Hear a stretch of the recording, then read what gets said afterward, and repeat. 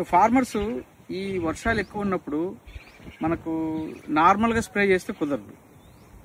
So కాయ మీద మచ్చను control చేసుకోవాలంటే ఎస్పెషల్లీ మనకు మిర్చిలో కానీ టమాటోలో కానీ మనకు నార్మల్గా స్ప్రే చేస్తే కుదరదు. అది మనం స్ప్రే ఎలా చేయాలంటే ఒకసారి తీసుకొని లేదా రెండు సార్లు తీసుకొని మనకి ఇట్లా ఇట్లా ఇట్లా ఇటు సైడ్ మనము క్రాస్ అయ్యి మనం కాయలు తగిలేటట్టు కింద నుంచి ఇట్లా స్ప్రే చేసుకోవాలి.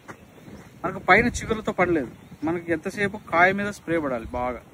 నానో సిల్వరు, వాయు యంత్ర ఈ కాంబినేషను ప్లస్ దానికి ఇంకేమన్నా మనకు గ్రోత్ కావాలనుకుంటే సూర్యం యాడ్ చేసుకోండి. బ్లాక్ ట్రిప్స్ కొంచెం ఇంకా హెవీగా ఉన్నాయంటే దానికి ఆయుష్ యాడ్ చేసుకోండి, వైకెస్టార్ యాడ్ చేసుకోండి.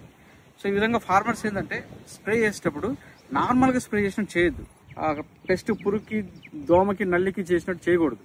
దీనికి ఖచ్చితంగా కాయ మీద తగలాల మందు. కాయ మీద తగిలి డిస్ఇన్ఫెక్షన్ అయ్యి తర్వాత అది ఫర్దర్గా ఆ డిసీజ్ ఫర్దర్గా స్ప్రెడ్ కాకుండా ఉంటుంది అది. సో మేము ఇప్పుడు అదే ప్రాక్టీస్ చేస్తున్నాం. మాకైతే ఎక్కడ ఒక మచ్చ కూడా లేదు. 4-5 డేస్ నుంచి మొత్తం వాటర్తో నిండిపోయింది ఇది, అసలు నడవడానికి కూడా లేకుండా. సో అందువల్ల కొంచెం ఎల్లోస్ వచ్చింది. ఈ రోజు దీనికి ఇప్పుడు స్ప్రే చేసాం మనం. వాయు యంత్ర, నానో సిల్వరు, క్యూరియల్ ఈ 4 స్ప్రే చేసాం. సరే మనకు బాగా హెవీ స్ప్రే చేసాం, బాగా గట్టిగా స్ప్రే చేసాం.